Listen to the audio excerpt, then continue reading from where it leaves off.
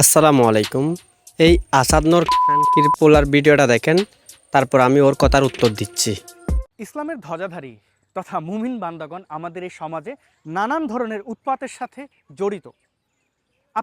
আমরা আমাদের ব্যক্তি জীবনে কি করব না তা তারা নির্ধারণ করে দিতে চায়, কারণ তাদের আছে ধর্মের লাইসেন্স।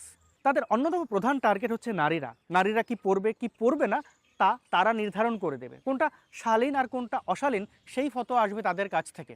তারাই বলে রমজানে নাকি শয়তান বন্দি থাকে। তাহলে এই রমজানে এই মুমিন বান্দারা যে আকাম কুকাম করছে সেগুলোর দায়ভার কে নেবে?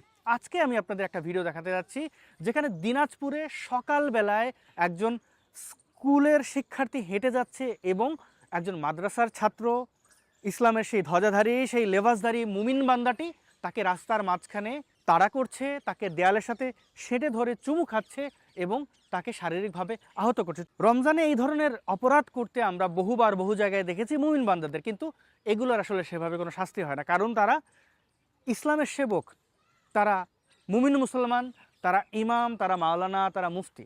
তাদের কাছে রয়েছে ধর্মীয় ফতোয়া, তাদের কাছে রয়েছে এই একবিংশ শতাব্দীর সবচেয়ে ভয়াবহ অস্ত্রটির নাম হচ্ছে ধর্ম।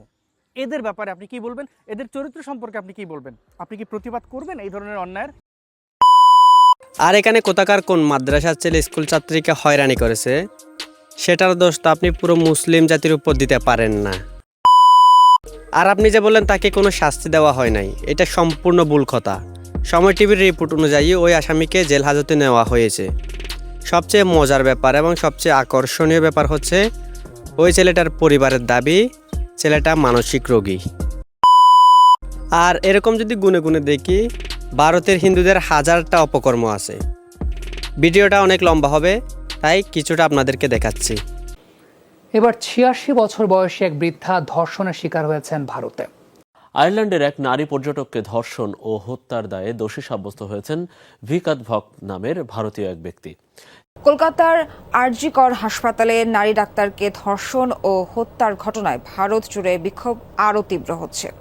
ভারতের পশ্চিমবঙ্গে এক বাংলাদেশি কিশোরীকে গণধর্ষণের অভিযোগে ৪ ভারতীয়কে গ্রেফতার করেছে দেশটির পুলিশ। স্প্যানিশ পাসপোর্টধারী ব্রাজিলিয়ান ইনস্টাগ্রামার ফার্নান্দা স্বামীর সঙ্গে মোটরবাইকে করে ঘুরেছেন বাংলাদেশ, শ্রীলঙ্কা, এমনকি পাকিস্তানও। এরপর ইচ্ছা ছিল ভারত ঘুরে নেপাল যাবেন। পরিকল্পনা অনুযায়ী ঝাড়খণ্ডের দুমকায় ঘুরতে আসেন এই দম্পতি। রাতে তাঁবু টানিয়ে বিশ্রাম নিতে যান, কিন্তু ভারত ঘোরার এমন চড়া মূল্য দিতে হবে তা মনে হয় স্বপ্নেও ভাবেননি ফার্নান্দা।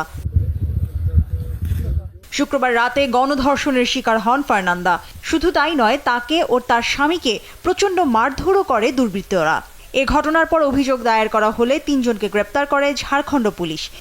এখানে হাতে গোনা কয়েকটা হিন্দু ছেলে অপকর্ম করেছে, তাই বলে পুরো হিন্দু জাতির উপর অপবাদ দেওয়ার অধিকার আমার নাই।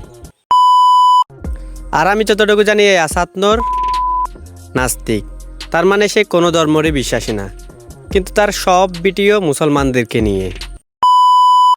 যেহেতু সে ভারতে থাকে, সেখানে হিন্দুদেরকে নিয়ে যদি কথা বলে তাহলে একটা মায়েরও মাটিতে পড়বে না।